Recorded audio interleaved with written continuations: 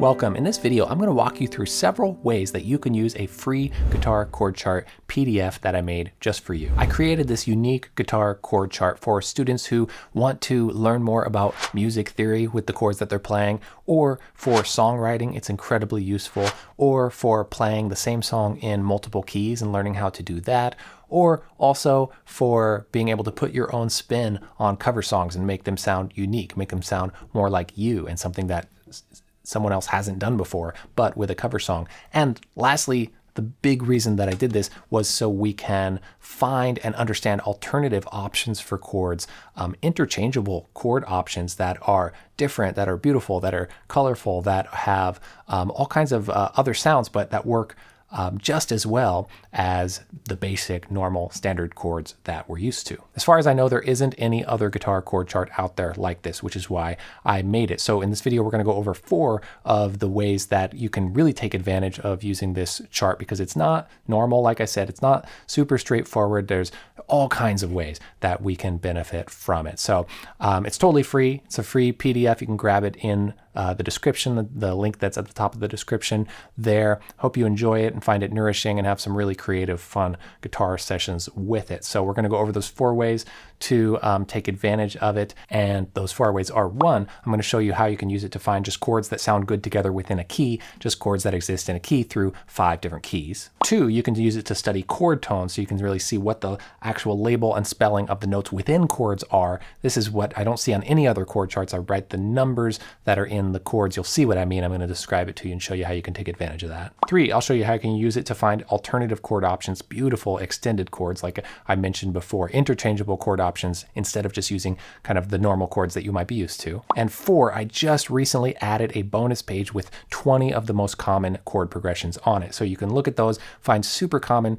chord progressions, and then go and play with them by using the shapes and find even alternative chord options from those common chord progressions to make them your own. This is the 26th and final lesson in a big music theory guitar series that I did that I originally called How to Learn Guitar Chords. It starts from the very beginning of the music theory of kind of chord and harmony on the guitar and goes to very advanced concepts like quartal harmony chords that are stacked in fourths, or how to make chord melodies and play melody and harmony at the same time. A lot of great stuff in there. So there'll be a link in the description to that series if you haven't watched that. It's basically like a course, like a free course on YouTube.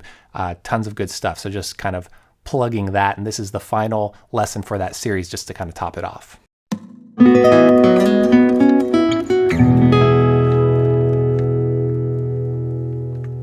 I'm Jared Borkowski from SoundGuitarLessons.com. On this channel, I talk a ton about music theory and how to map out the guitar and how to do that in a really practical, hands-on way so we can have control over music, so we can express ourselves, so we can be artists, so we can really get that feeling that we want from music by filling in all the gaps. If you're new here, welcome. Please subscribe and hit the bell so you get notified when I put out new lessons. All right, so here it is. It's called Chords with Color, and you'll see why it is called that soon with one of these ways that we're going to use it. But the first way we're going to use it is just to find chords that sound good together within a key. We're going to, this is a very basic kind of music theory thing, but super, super useful. So this alone was kind of one of the ideas of a chord chart could totally do this by itself. So, I have this contents here, table of contents, interchangeable chord options in the key of C major or A major, or, major and minor. We'll go through all of that, how it works. You can click on these to go to that area. If you're looking at this on a computer, or if you print it out, that's great too. On any of these pages, because it's kind of long, it's 13 pages that you can kind of flip around to. You can always click down here on the bottom, return to table of contents, and it'll take you back to the top. I'm showing kind of a fuller screen view of this, but of course you can look at it. You'll be looking at it more in a kind of a PDF size way if you do that. So let me resize it here.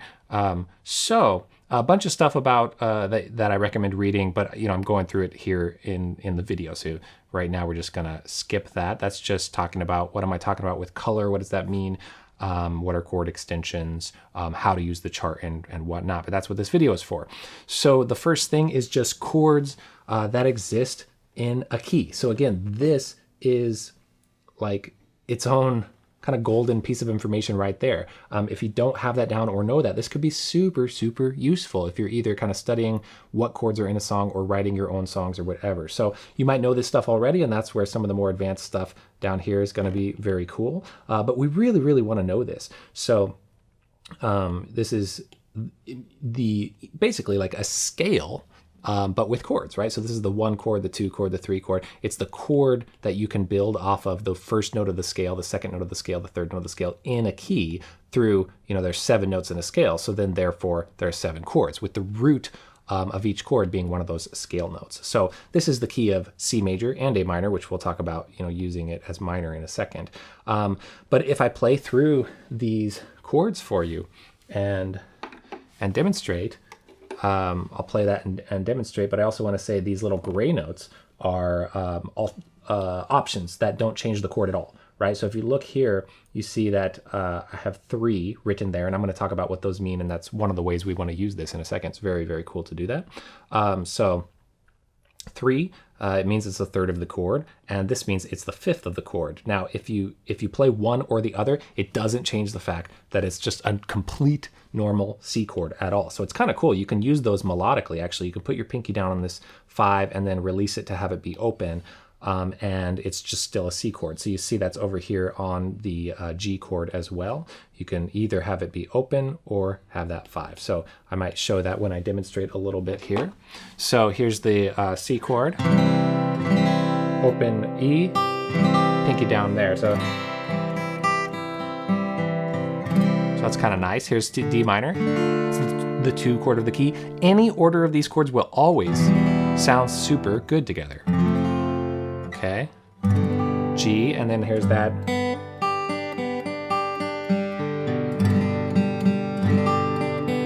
If you want to interchange that. Here's a little bit of melody in there, right? Very useful for finger picking too. If you want to throw those kind of interchangeable options in there. So every time you see a gray note, that's what that is. A minor is the 6th chord, and B diminished. This will be very rare in a lot of songwriting music or popular music, but it's the chord that is in the key. It's the theory of the chord that is in the key. So this first column here, they're all just triads. They're all just triads, and we're going to talk about why I have triads and then these other chords in a second. But that's the first thing to do. So just to make sure you understand that. So if I go back to the table of contents here and then go to the next key, and I could just scroll down, but it just is kind of easier to jump to it in this way. So now it's going to say, oh, well, what if you want to play in the key of A? Okay, well, that first chord, the 1 chord is A major, 2 chord is B minor, and the way I chose these chords for the entire chart is really trying to find the closest to open string chord as possible. So there are some bar chords like this C sharp minor and the B minor, and those are just like the closest that we can get to, or I tried to make it technique wise as easy as possible, and not having a bunch of hard crazy bar chords in there. So it's quite nice in that setting. Of course, with every chord, there are many, many ways you can play that 1 chord. And a lot of chord charts focus on that. And that's what this is different, because it doesn't do that at all. A lot of chord charts will say, hey, you want to play D?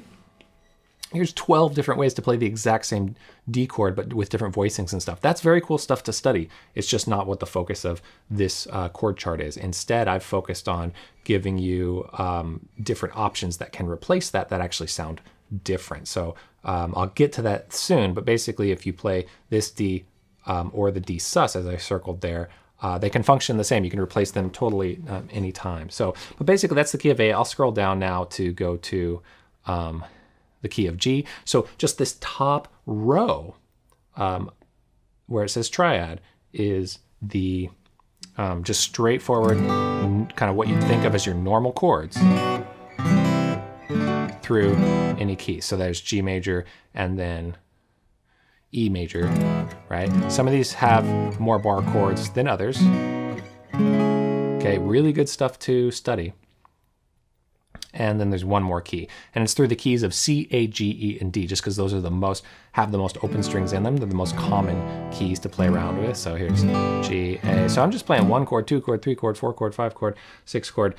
So that's really one of the initial kind of purposes to use. Ignoring everything else, that's super valuable just on its own if you don't know just what the normal triads are through a key. So in one of the updates, I added what the relative minor key is. So let me go back to the table of contents. Every major key has a relative minor key, and every minor key has a relative major key. So when you're playing in a major or minor key, they share the same key signature. They share the same collection of notes, essentially. So let's go ahead and go to G major and E minor, because we say, hey, what if we want to play in E minor? Okay, so what I did here, it's hard when I'm scrolling in this way, but when you look at the whole page, it'll be a little easier. You'll see at the bottom here, I have minor key. I put it down there because I didn't want it to get crowd things up over here. I want it to be really clear on the top that we're doing, 1 chord, 2 chord. That's really something to understand first. But then the exact same chords down here, you can treat as minor. So all that means is you're changing the label of it. So notice this is the 1 chord. So the order is out of order. If we were just talking about the minor key, I would put the 1 chord first and then have the 2 chord and 3 chord in that order. But since it's on the same chord chart here, I'm just showing, hey, treat this as the main chord. And then you're playing in minor, right? So yes, we have all these chord options up there, but here's that normal kind of E minor chord. Okay, well, yes, we have these labels down here that you can look at, but I'm gonna not keep scrolling back and forth, because once you know that this is 1, and this is actually a big kind of music theory clue, the 1 of the minor key is the 6 of the major key, and the 6 of the major key is the 1 of the minor key. But once we know that it's 1, then we can just say, oh, cool, well, that means that this is 2. And that means that this is 3, and this is 4, and this is 5, and this is 6, and this is 7 of the minor key, okay, of the relative minor key. So if you focus on this minor chord a lot, and then you play this one, that would be this is 1, so this is 7, and this is 6. And you'll see down here it says flat 7 major, flat 6 major. So if some of that is confusing, don't worry about it. It's just good to get exposed to this stuff. And if you understand the theory of that and kind of have been exposed to it, but just have this as a resource to see it all in one place, that's what's really super useful. So if I play that E minor chord and then go to D and then C and then back to E minor,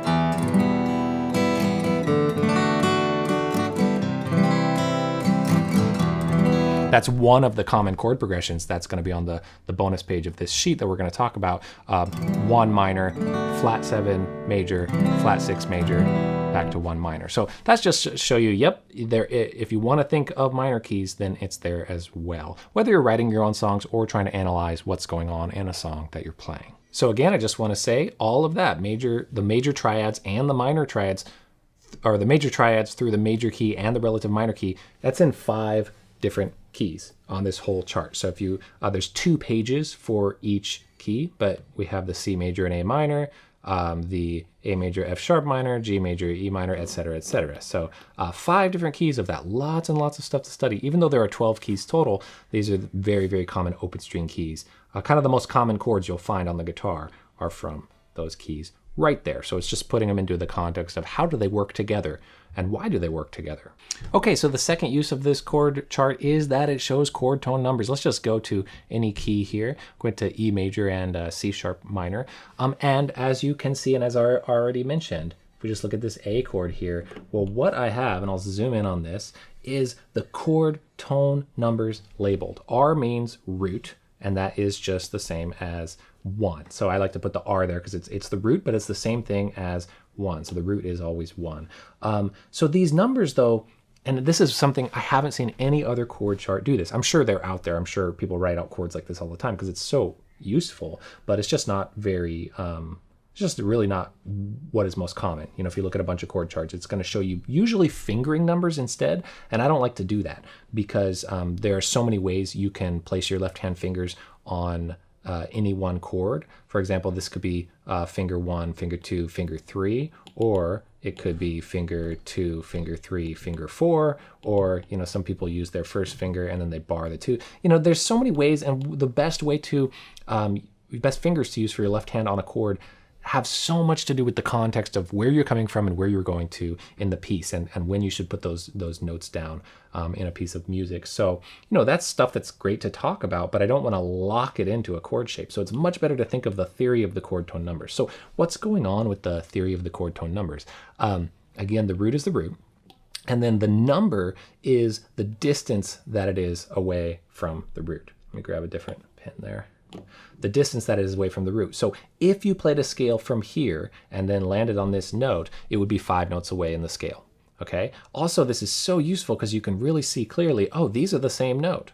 This is a root and this is a root. So that's really nice. This not only is great for mapping out the fretboard, obviously super good for mapping out the fretboard, but you can start to listen for like, is that the same note? Oh, yes, it's an octave away, but it's the same note. And so the ear training aspect of it is very powerful if you choose to listen for, oh, this is 1, this is 5. Oh, that's the sound of a root to a fifth, or 1 to 5, or a fifth interval. And it will always be the sound of a fifth interval anywhere you play, even if you move it around, right? So if I look at this G sharp minor over here, and you look at the root of G sharp minor, same sound, moved to a different note. But if you, you know, I'm not talking about a specific exercise for doing that yet, but you could focus on that and just say, what does that sound like? You know, here's the root, here's the third. That's the root, and that's the third of this chord. That's the sound of it, and that will always be the sound of the root and the third. Yes, there's an octave in between them, but that third will always sound like that. What it sounds like is ba, ba, ba. It sounds like 3 notes away from the root. So I just played 3, 2, 1. And that's how I hear, you know, you could just hear it kind of jumping there, but internally, a lot of people will hear that in between note in their mind as, I made a smiley face, yay, chord chart. A lot of people will hear that the in-between notes kind of traveling to, traveling the distance that they're trying to hear, the interval that they're trying to hear. So you'll see relationships. I mean, this is a long game thing, right? It's not going to happen overnight, but with this chord chart, you can start to see. And if you find that useful, just little by little, kind of studying what the heck is going on in this chord. You know, what is there? So root to flat 3, that's really useful. Well, check this out. If we know that stuff, we already know that this shape and this shape are the same. Obviously, we see that. So anywhere on the guitar, that's always going to be root to flat 3. Always, unless you're in a different tuning, right? 6th string to 3rd string, same fret. That is if that's the root, then that's flat 3. And so again, what that means is if you played a scale from here to here, then you would get to that note by playing a whole step and then a half step, or it would take you a minor third distance. It would take you 3 notes because it's a third, but that third would be flat. So it would sound like this, G sharp, and I'm gonna play a scale. And I've talked about this a ton in my music theory series. So if you're curious about this skill, it is so clearly explained in the first, in like the 2nd and 3rd video of the music theory series that I linked to in the description. It's such a crucial thing to be able to do. 1, 2, 3, 4, 5, 6, 7, 1, 2, 3. Flat 3, right? That's actually different than I usually teach it. I usually say count with a major scale. 1, 2, 3, 4, 5, 6, 7, 1, 2, 3. Oh, it's a flat 3. Right? So if that's confusing, that's stuff that I explained really well in those other videos. But, you know, just getting excited about showing you, yeah, these chord tone numbers are all here. So, you know, we're going to talk next about what the heck is going on with all these other chord options and how awesome that is. But that's why it's great that it shows this stuff too. What does F sharp sus2 even mean? Well, it has a root, it has a fifth, it has a root again here, and then it has a 2. The fact that the root is doubled doesn't mean anything, doesn't change the chord, but it shows, oh, sus2. What is sus2? I did a video on sus chords actually in that series too. But we see, okay, we have a root, a fifth, and a 2 in all those chords. In all the chords of this category here of sus2, in that row of sus2. So any of these other chords, you know, what does major 9 mean? Not only is that a chord shape for it, not only is that the shape to use if you want to play E major 9, but now we see, oh, well, E major 9 has a root, a third, a 7, and a 9. It also does have a 5, don't sweat about that, but it at least shows, and it's fine to not play that, but it at least shows you what's in there. Here's one that has, if it's a minor 9 chord, this is everything, root, and then there's a flat 3, there's a 5, there's a flat 7, and there's a 9. So the spelling of these chords is a big, big thing to understand if you want to kind of understand how to create all different kinds of chords. So the chord tone numbers, just huge to understand. Just huge to understand. And then, if you do understand that stuff, you can make your own chord shapes because you can count around and say, well, what's another way to play A? If I don't want to play this exact shape, you can use some of that music theory knowledge and chord tones to create another shape for it. One more little thing about being able to see the chord tone numbers, I'll just grab like the C sharp minor chord here. One more thing about that, and that's that if you want to, actually let's grab a 7th chord because it gives us more stuff to play around with. So we're gonna do, sure, why not, C sharp minor 9. So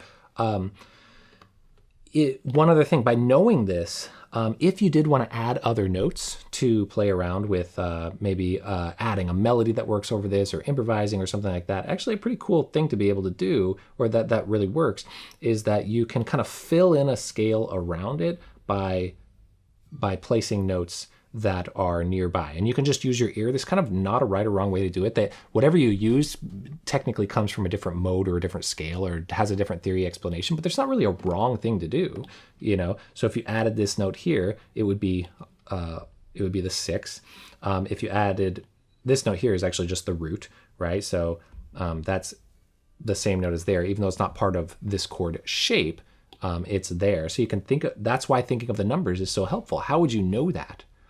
Certainly you could find it by ear, but how would you know that if you weren't thinking, okay, 9, which is the same as 2. And anything I say theory-wise that's confusing here, go check out that theory series. Everything's in there, everything you need to know.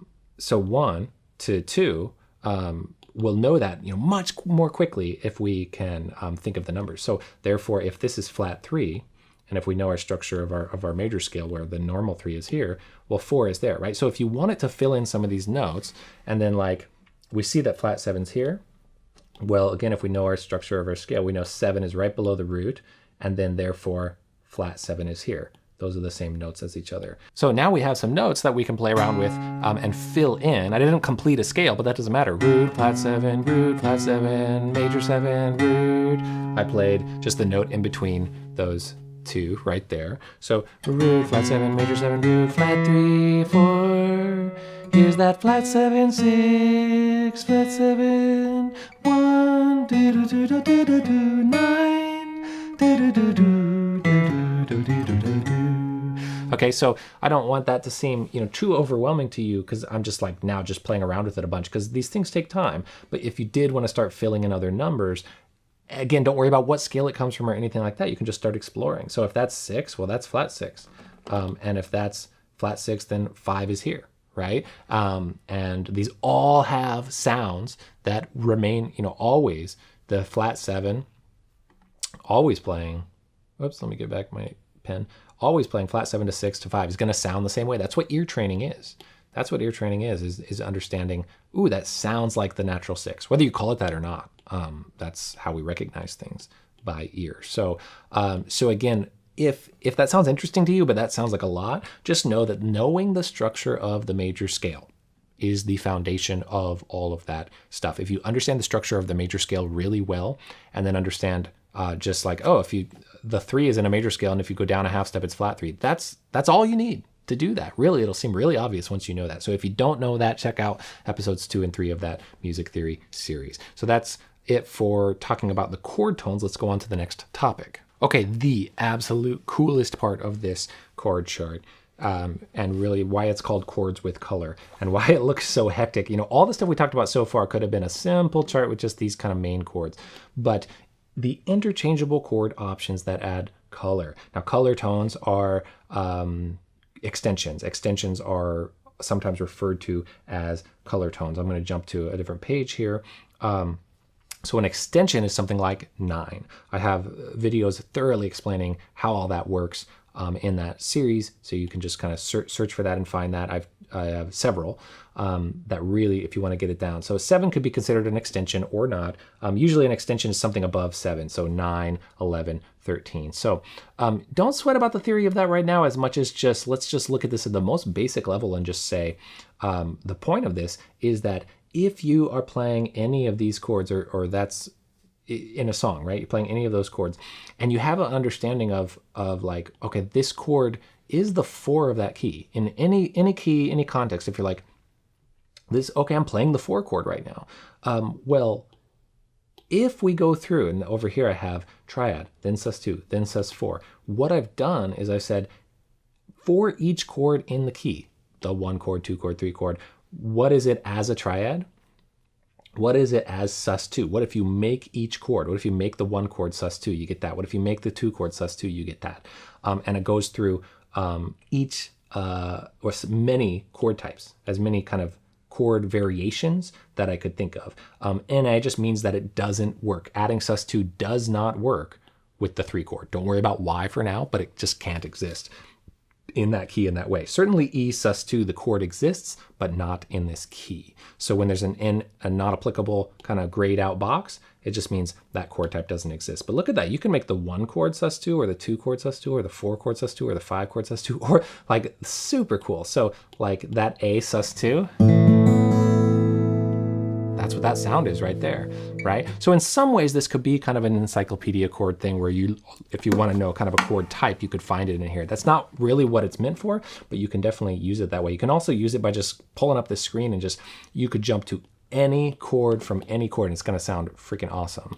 And use that for just kind of being creative and making songs out of it. So yes, I do talk about understanding theory as part of this, but you don't need to know any of that. And there's no reason that you should or shouldn't. It's only if you're curious about it and it excites you and stuff like that. So everyone has their own path, right? Some people don't bother with theory at all. They just get hands-on, just use their ear and just play. I think it's all great. I think it's all great. Obviously I like that stuff, but I'm not saying it's better or worse or should. I talk about how it's powerful to know, but if you're not interested in it, then it's not going to be that useful. But what if you make sus4, any of the chords, 1 chord, 2 chord, if you make them an add 9 chord, if you make them a 6 chord, what chords in the key can you turn into a 6 chord? What chords through the key can you just turn into a 7 chord? So now we have all the 7 chords through the key. That alone is really handy. C major 7, D minor 7, E minor 7, just kind of looking at that. F major 7, G dominant 7, A minor 7, B half diminished, or minor 7 flat 5. So those are all those shapes. And that alone is just a great exercise too. Hey, what if I play through in order back and forth all those chords? You can create your own exercises with this chart by even just going through and say, I'm going to play through up and down everything that is 7. Now I'm going to go through and play up and down everything that is major 9. So, oh, gorgeous sound, major 9. It says C major 9. Okay, here's the D minor 9. Ah, lovely. Here's F major 9, because I skipped the 3 there. Okay. Here's kind of an open string version of G add 9. Not a common chord shape you'd find, but it's because I'm trying to include some open strings where I can. Oh, one of my favorite voicings ever is this A minor 9 shape. That's actually really hard. You can see my hand position kind of reaching for it. Totally doable. It just takes maybe some flexibility, takes some time to get the dexterity or the technique reach for that, but oh, just a gorgeous chord. So back to kind of practically using this, and I guess I'll just show, what's a 6-9 chord, adds the 6 and the 9. If you turn them into an 11 chord, if you turn them into 13, just going through any of those options is great. But back to kind of this, right now we're looking at the row kind of view, left to right, all those chord types. But what if we're looking at the column view and you have an A minor chord and it's the 6 of the key? Well, then you can turn it into this. It's not going to interrupt the music at all. It's going to add, a little bit of spice to it, a little flavor to it, but it's not going to interfere with the functionality of the music. Nothing's going to sound weird about it. It's just going to add more texture. So you have all those options really interchangeable, right? Look at this A minor 11 chord. Oh my gosh, this is such a beautiful chord. One of my favorites ever. Just straight up that voicing, one of my favorites, right? You have a whole step between these notes and a whole step between these notes. So you get these stepwise distances in the chord, which is less common on guitar than it is on something like piano or in orchestras. So if you just have a normal A minor chord, and you know it's the 6th of the key, then you can play that minor 11 chord we just played instead, or this. Or this. And if you've watched a lot of my videos, you might be familiar with some of this, because I am always talking about getting this chord chart, but I've never done a walkthrough of it like this. So really wanted to just emphasize it in this way. Okay, and lastly, I got this bonus page that the latest version, I just added this into the sheet, and it shows 20 common chord progressions using the theory kind of Roman numeral versions, so you can do it in any key, right? So I actually did a whole mini series on each of these. I did a video on these chord progressions. I did a video on these 3-chord chord progressions, 4-part video on all of these progressions, giving examples, playing them. So I don't need to do that here. I'll put a link in the description to that series of the common chord progressions. But of course, that prompted me to say there should be a resource where this is just written out as a list so you can play with it, and no better place to put it than this chord chart, because now if you wanted to play this progression here, 2, 5, 1, with those 7 chords, you can just go look at, okay, the 2 chord as minor 7, because you have all of those options, as minor 7, as dominant 7, as major 7, through any of those 5 keys, and you're going to have the shapes to do that.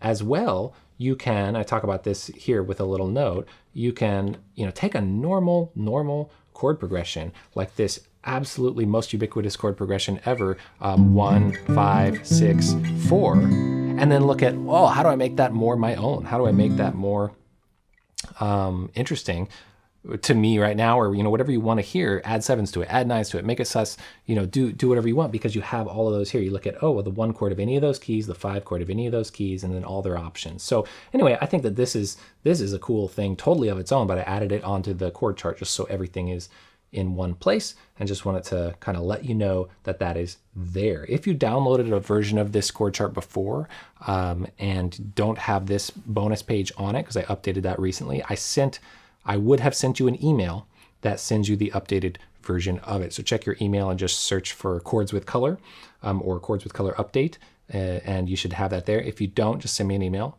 jared@soundguitarlessons.com. That's totally fine, because if you use the link to try to get it again, the thing that sends it doesn't send the same thing twice to people, unfortunately. So that's it. That's my walkthrough of my free guitar chord chart PDF. Hope you find it useful. Of course, like I said, you can just use the link in the description to grab totally free copy of that. Let me know if you have feedback, questions, anytime, totally fine. You can just reply to the email that gets sent to you when you get the PDF, when you get the chord chart. I put out a new lesson video every week. Next week's lesson is going to be about how I wrote and recorded guitar parts for Macklemore a few years ago. So I'm going to tell a story about that, and I'm going to teach the guitar parts that I wrote and that they used on the record. So that's going to be a unique, fun lesson. Hope to see you there. Make sure you're subscribed to check it out. See you next week. Take care and happy practicing.